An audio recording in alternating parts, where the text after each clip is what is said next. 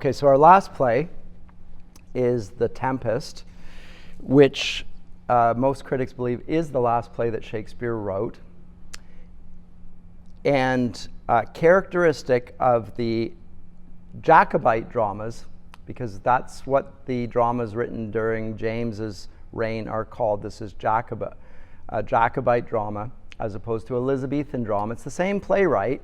So Shakespeare straddles Elizabethan and Jacobite drama. If you're in larger universities, they can separate the two, and you can do a specific module on Jacobite drama as opposed to Elizabethan. Since Shakespeare's on the cusp of each, he fits under both categories. We do note some differences in his audience, obviously being the king as opposed to the queen, but also some other things characteristic of Jacobite drama, at least coming from Shakespeare. And it relates to the person that he is performing for. Now remember, this is in the public theater. It is there for a public audience. However, by the point that he writes this, he is now one of the king's men, and he can be commanded by the king to perform this play in front of the king. Now the king doesn't come in the midst of the commoners. As the theater that is constructed, that you can go to London to this very day, which has a box there for the king's not going to come to that. Aristocracy may come, the king is not going to come. The king is going to demand a private audience to see the play performed in front of himself and his queen. And Shakespeare's dramas, you can note from the time that James becomes king, a shift towards the particular interests of the sovereign. Remember, Elizabeth had no heirs. She wasn't a mother. She was a monarch without familial concerns in some sense. So things in a sense seem rather abstract and not so concerned with inheritance and the problems of familial inheritance and so forth, which we do see in plays thereafter. So Hamlet would belong to the Elizabethan period, but Macbeth was written for James. And it deals with the issue of legacy and his legacy, his personal legacy. Whereas in Shakespeare's history plays, it deals with Elizabeth's history and how the Tudors came to replace the Plantagenet kings. I didn't even get into the history plays. That's a totally different class. I've taught it before, Shakespeare's history plays, but I deal with the history plays as a genre unto themselves. The history plays are set in England with English characters. Most of Shakespeare's plays do not take place in England. They take place, like here, in Europe somewhere, often in Italy, interestingly. And that's the case here in The Tempest. But of interest is legitimate rule and succession, and issues of family dynamics are very much a part of the consideration that Shakespeare is going to differentiate Shakespeare's plays for James as opposed to Elizabeth. And the second thing is an interest in magic and in witches and so forth. Remember that James wrote a treatise on witchcraft, and witches were very much a part of the plot design in Macbeth. And James was even rather concerned that he could be undone by witchcraft. So he placed a great deal of weight on supernatural power in a way that Elizabeth herself did not seem to take so much interest. Very interesting as well, because it introduces the idea of something that C.S. Lewis remarked upon in this period, which there seems to be a great deal, and this is in the middle of the Renaissance, is not in the medieval period, a great deal of weight placed on the possibility of magic, for good and for ill, which we don't see in the medieval period. So it's, and you'll read this in the intro to his work on the 16th century literature, excluding drama. He talks about how the 16th century shows evidence of an interest in magic which we don't see in the medieval period. He's an expert in medieval literature as well. The medieval period, which from the Renaissance or from the Enlightenment perspective, is a superstitious, benighted, authoritarian regime, also credulous and superstitious, believing in witches and witchcraft and magic and so forth. He says, I, as a medievalist, I see no such things. The interest in magic arises concurrently with the exploration of the natural world and with the growing interest in science, Baconian science, power over nature. And he sees them as twins even. The study of science as in trying to gain power over nature, which we can see in Francis Bacon's works. So Francis Bacon in this period, early 17th century, but also in a great deal of interest in the court of James, in magic, witchcraft, science, etc. And in the Tempest, we have two types of magic. We have white magic and black magic, basically. Prospero is a white magician.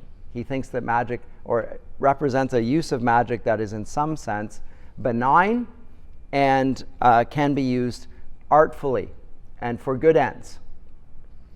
Whereas the witch Sycorax, and she's called a witch, is using black magic and subduing things through magic, and yet there's a difference between them that is presented in the play that Prospero seems to think is legitimate.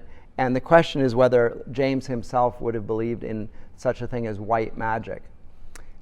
For his own part, Lewis uses this in That Hideous Strength, in which Merlin the magician is presented as having a sort of a magic that works in concert with nature itself. So it's in league with it. It works in according to the sort of the grain of nature. It doesn't go against it. It's not being misused. But he's presented as a neutral figure. He's not white. He's not black. He's a neutral figure. He could be steered in either way, but nature itself aligns to some sense of God's providence. But there's a sense of neutrality in Merlin. That's a bigger, complex reading of the figure of Merlin in medieval literature and what his use of magic represents, how it works in a Christian context, all of that. That's off the canvas here. I'm not going to talk about that because it takes us away from the play. But this play is Shakespeare's last, and it is a play for the theater. It has a spectacular storm scene at the beginning. The play is called The Tempest, but The Tempest is only at the beginning. The Tempest, for its part, is an association in Scripture, in the imagination of an audience that is literate, of two things, at least.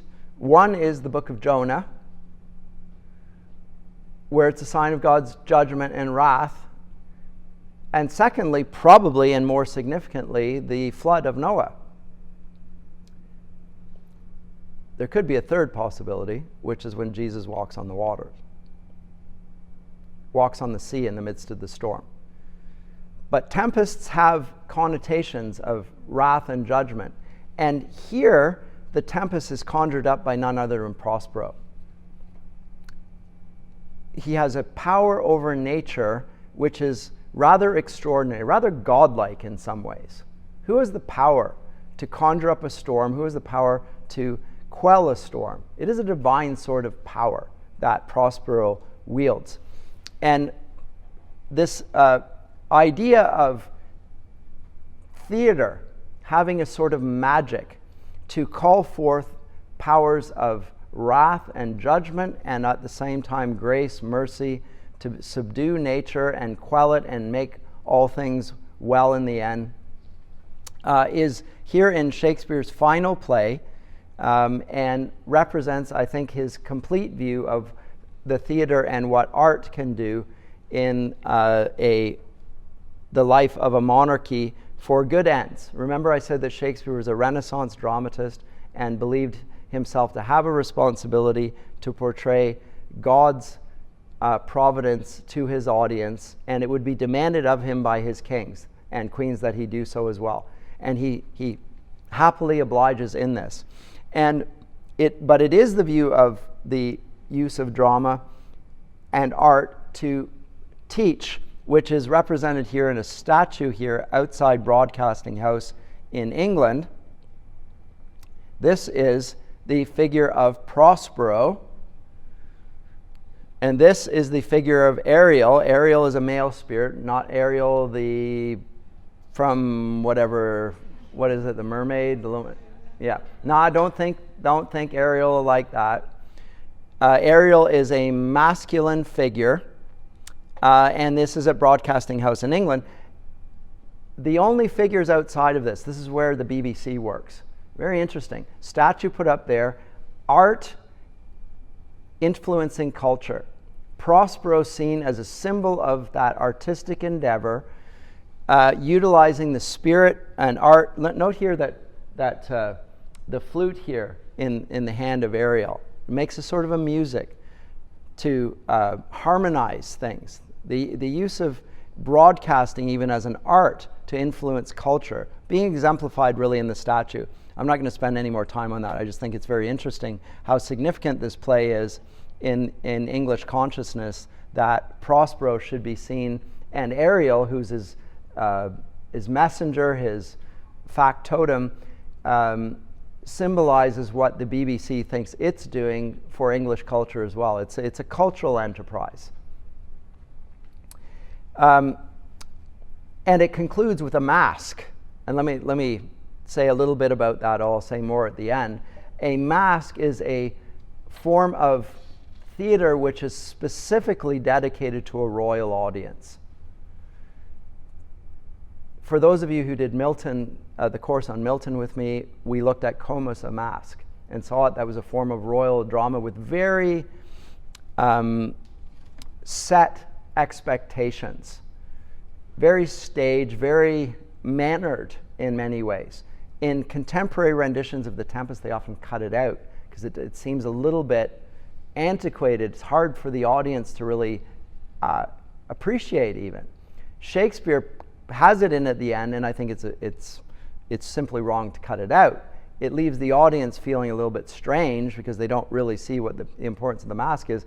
But we can say just here, the masque is intended for a royal audience. So again, this even more than anything else is a play intended for a different audience than his other plays.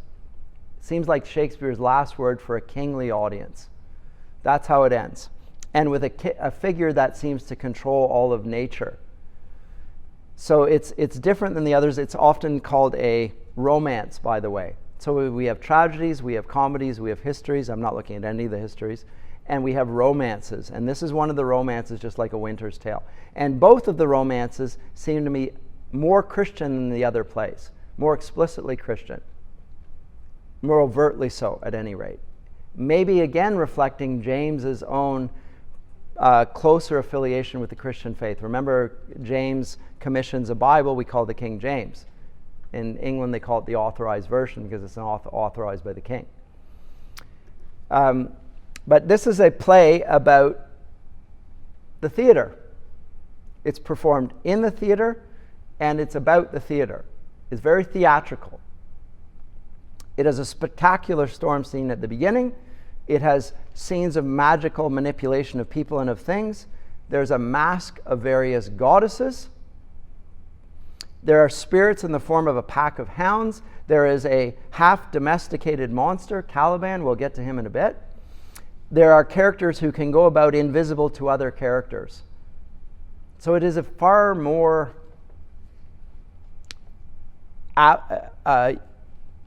magical play than his others. It's less earthly. It's more spiritual. And the hero is a man who puts on shows. He's a dramatist. And the drama of life is one that he controls and seems to orchestrate from beginning to end. And so when he breaks his staff and drowns his books, this is a significant act.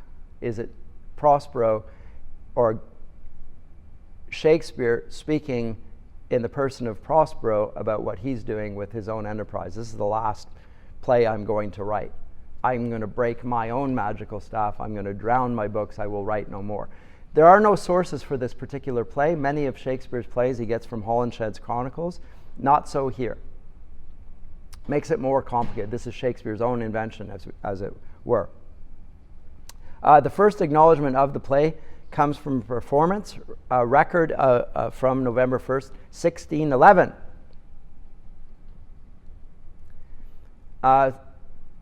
Critics speculate that it was a fairly new play because it draws on travel accounts which are unavailable in England before the autumn of 1610. But it's in that period, 1610, 1611, so very late in terms of Shakespeare's plays. Critics tend to think that a date of composition can even be fixed for it because of the specifics of this. We hear about it in 1611, again in 1612, 1613, as part of the festivities at the court to celebrate the marriage of the Princess Elizabeth to the Elector Palatine. So one of the electors of the Holy Roman Emperor. There are 7 Platinates, and so it's performed there as well. And so the Tempest, like A Midsummer Night's Dream, is appropriate for a wedding. And that's interesting as well. Again, it's a romance, comedy, and yet it seems that with the mask, a mask is performed at a royal wedding as well, just like Comus was commissioned for that very purpose. So again, the Christian themes of marriage and the significance of the messianic banquet are being fulfilled even in the figure that orchestrates the plot with almost the powers of a creator. Those are there, woven into the fabric of the drama, I think. First published in the folio of 1623, where it was given the place of honor as the opening piece of the collection. So it's his last play, but introduced the folio, the first folio. So that's how highly it was regarded at that time. Puts it right at the beginning. And that's interesting when I haven't talked about that much, but within published works, in the first publication, what's the order? Where do they put things? Look at the beginning, look at the end. First and the last works. It's a significant consideration, either from the author himself or from the editors. There's been a decision that's been made. So this was regarded as, in some ways, a fit introduction to all of Shakespeare's work. It expresses his view of his own drama and how the audience should receive his drama. In terms of the actual action, you might think that the play should be called The Island or Utopia rather than The Tempest, because The Tempest, as I say, only occupies the very first scene of the play. Whereas The Island is all over it, and the political considerations are all over it. Is this a utopia we're in? Is this a paradise? Or is this a fallen world? In some ways, we can see the human figures that are there. Prospero, Miranda, Caliban. Caliban is of dubious humanity. This is one of the issues that's going to rise to provoke all sorts of controversy. I'll get to that maybe after the break. But it's an island of magic. And a magical island is an old theme in folklore and in literature. It's not a new one. I will give away a little bit of what I'm going to say after the break. Contemporary critics tend to see this as a colonialist drama, and Caliban as an expression of the natives, and a derogatory one at that, of its Western colonialism meeting the savages or the cannibals that they confront, and imposing a rigid, authoritarian, Western European white rule over the natives of those countries. And they note that Caliban is an anagram for cannibal. And we do know that Shakespeare probably read Michel de Montaigne's Of Cannibals, which I will link for you, and I'll put it in the class notes. You can have a look at that for yourself after. But that is a significant feature of contemporary reception of this work, but also the presentation of it. So if you see it performed, almost certainly now, it will follow the colonialist reading of the play, which would not have been attained any credence until recent times. and I think goes against the grain of the play, quite frankly. The status of Caliban is rather monstrous. Even his appearance, he doesn't really look man-like. There are comments from the commoners about his appearance. Some of the contemporary critics even situate the play, yes, it's on an island, but it's an island somewhere in the Atlantic, they say. Except that the figures are all Italian, and the monster and his dam come from the north coast of Africa. So it's in the Mediterranean. It's not set in the Atlantic. It's not supposed to be associated with the colonies over there. He may pick up things from his readings of that, but it's not meant to be a commentary on the people in the New World. It's not meant to be. Or if it is, the setting is in a very European context. We don't know where the island is. We do know it's associated with magic, and it is to some extent a terra incognita. They don't even Prospero doesn't know where he is. He's lost, shipwrecked. In Shakespeare's play, the magic of the island comes not from magic, but from Prospero's art. Now, this is significant. It's not a magical power per se, it's from his art. And art has power over nature. Now, this is then going to bring in Christian themes and bear on, again, always a Christian consideration, which would have been foremost in Shakespeare's mind, just like his audiences, which is what is the right relation of the human intellect and human culture to God's world? How do we reflect upon the dominion mandate of Genesis 1:28? To be fruitful and multiply, to fill and subdue the earth, and to work, to cultivate the earth. That cultural mandate applies not only to the cultivation of the world of nature, as we will come to call it, it's not called that in Scripture, but also to the cultivation of humanity itself, to education, to the cultivation of the mind being like a field that you fertilize, that you remove the weeds, you make sure it gets lots of sun, you make sure it gets light, you make sure that it's directed up towards God and not in obedience to the passions and so forth. That is going to be part of the context here on this magical island. The magic doesn't come from a special power. You'll see it in theatrical presentations because they've got special effects and they'll show all sorts of light coming out from a staff like Gandalf, as you've seen in the Lord of the Rings. That's not what Shakespeare will have in mind. There's an art there. And art is what the playwright will use through his words. There's a magic in the words, which Shakespeare firmly believes. And Christians believe, and have always believed, that the Word of God, it has a power so powerful that it can bring the dead to life. And even the word gospel reflects this. Gospel is an Anglo-Saxon word. In Greek, the word for gospel is what? What's the word? Evangelion. Good news. Good news. The event, right?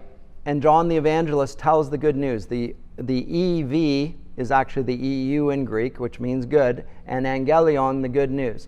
Translated into English, it's the gospel. Yes, but the word gospel in Anglo-Saxon is ambiguous. It could be a good news, because spell in Anglo-Saxon has the connotations of a story. This is a good story. But it also has the connotations which we've retained in English over a spell, as in it has magical power. It has an incantatory power to do things that other stories do not. It's not just a story. You hear people too much influenced by the Enlightenment and the historical critical method, even when they're studying the Bible as literature, say it's the greatest story that's ever been told, which it is. But what they neglect in that is that it's so great that it has a quality that none of the others have, which is that it's God's revelation that does things to its audience that nothing else does. It brings dead people to faith and life in Christ. Shakespeare has that sense that even secular literature has something like that effect. It's a shadow. It's not the same. but it can temporarily transport the audience into a place in their minds where they are not, and to live in that world, and it changes them to some degree. Now, he doesn't mean it in the full-blown romantic sense that we can bring people to a new way of living in their imagination and be like the Romantics, live in their imaginary world. It has real-world application, but he does mean it that it actually has an effect of a romance, that it is, in some sense, it improves society in a way that simple stories cannot do. And the Tempest reflects that. So the magic comes from Prospero's art, it seems, and the nature of that art must be clearly understood. And it's not just white magic then. This is how the critics portray it. I think this is a misapprehension. I don't think that James goes for magic myself. Maybe I'm wrong. I could be proven wrong on this. It's certainly white versus black magic, but the two are not just simply European Western magic as opposed to pagan non-European magic. And you call one white and you call the other black, and we can differentiate themselves. We say one is good and one is evil, but it's just a matter of perspective, and this is just imposing Western values on other cultures. And really, if we saw things from Caliban's perspective, we would see him as a far more sympathetic creature, etc., etc. And so this is an act of oppression and betrayal, etc. I don't think that's what's going on in the play. I don't buy the white versus black magic. One is nature that has been perfected by grace through art. It's art, yes, white magic, but perfected through grace, and it produces a certain effect. And the effect is that it reconciles people to God in a vision, an eschatological vision that comes at the end of the play in the mask scene. That's the Christian way of reading the play. I'm convinced that that is the intention of the play as well. A modern critic does not read it on both sides. They see it as a white versus black magic. I think this is a misreading of the play. But according to that, using the white magic, the magician Prospero uses some secret powers of nature, which he's learned about after a laborious study, and he does not call up evil spirits, which the black magician does. So it's the choices of what he calls upon there. If that was the position that was taken, I think we would have a great deal of problem reconciling this with Christian thought. Because we're still appealing to spiritualism and witchcraft. It's white witchcraft. Now, C.S. Lewis inclines towards this himself. Or does he? Is the witch a black witch or a white witch? She's a white witch. Is the white witch malign or is she benign? She's malign. Is it because she's actually a demon cloaking herself as an angel of light? That's one reading of it. I think she's using powers, spiritual powers, which are not intended to be that way. On the other hand, there is a play on magic in Lewis's works, and there's a deeper magic that he refers to, and that's what Aslan uses. But what is the form of the deeper magic that's being used? It's that of the creator, and it seems very much a correspondence to, again, the same sort of power that Prospero is using in this play, which is far more Christian and isn't really to be compared. Although we may talk about them as magic and magic, the two are not just white and black. There's something different about it. And it's not just that the white magic eschews the black magic. Black magic is evil. And evil and good are not two sides of a coin, depending on how you see it perspectively. Again, that's the philosophy of pantheism, which has crept into the academy. And I've talked about this in my lit theory class. I talk about it regularly. I talk about it in relation to Romanticism as well, in which it whitewashes evil, so that evil is really just a gradation of the good, or vice versa. Matter of perspectivalism. Shakespeare's never going to have that in a million years. No, never. But we tend to buy into it, and that's how you will see it performed on the stage. I guarantee you. Even one that would be sympathetic and do the non-woke version of this would present Prospero as using white magic and miss the Christian aspect of the play. And I think it's essential to read the play rightly. So he is using a power from his art that is going to affect an outcome which has to be seen as analogous to the divine. And I think this is a key point. It's analogous to the divine. That doesn't mean that Prospero is to be seen as God. But his powers through his art are God-like. He bears the image of God. He uses his dominion over the earth in a way that honors God. This is more important than white or black. Is it God honoring, or is it God denying and God blaspheming? That's the issue. It's not whether it's white or black. Again, the skin color thing can get roped into this as well. That's also a red herring. Red herring, this binary dynamic which contemporary lit theory loves to play upon. The issue is, does it honor God? Does it exalt what God calls good?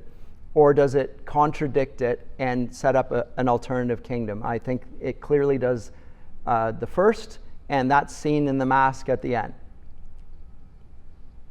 So it's not just a play with magic like Marlowe's Dr. Faustus. And we see that because what we find out, I'm going to break here in a minute, that Prospero is presented as a scholar, a man for whom his library in Milan had been his dukedom large enough. He was happy to live in his library. He was a man of thought, not action. His problem was that as Duke of Milan, he was required to be a man of action. He's a politician. He has to intervene in civic life. You can't just let it do its own thing while he stays in his ivory tower, as it were, reading his books, perfecting his art. His art has to be effective. It has to be used in the world. And he doesn't use it. Because of his error, the man of action, his brother, usurps his reign. So I said that he is an analog for God. In this sense, he's not. He's a character who has erred and is guilty to some degree for the state that he is in. It's clearly mostly his brother's fault, but he's not devoid of blame in this. He was negligent. So we'll look at that theme of the man of contemplation versus the man of action again. We've already seen it in Measure for Measure. Same sort of figure. A man who did not intervene in the state because he was not inclined to do so for whatever reason. He loved his books, he loves his studies, doesn't really want to get his hands dirty in punishing people, doing justice. This is a bad king. A king that neglects his duties is a bad king. Prospero is a bad king. He was great at his studies, but he was a very poor king. Academics don't make good politicians in general. It's a different calling in life. The Renaissance man is supposed to be good at both. James himself will see himself as the perfect marriage of that, just like Elizabeth was. Elizabeth, who translated things from Greek and Latin, just as James does, commissioning the Bible, very much invested in the intellectual life. At the same time, a man of action, a man of affairs, a man of the world, who wants to make sure that his kingdom is a just kingdom because he has a responsibility laid on him by God to act in his stead as a vice-regent on earth. Prospero has that same duty placed upon him, and he is neglecting it. So he begins as a very bad king, and for his sins, he is like Jonah, put in a boat and sent into exile until he can come back. So he's a Jonah sort of figure, if you will, as well. He didn't want to do what God called him to do.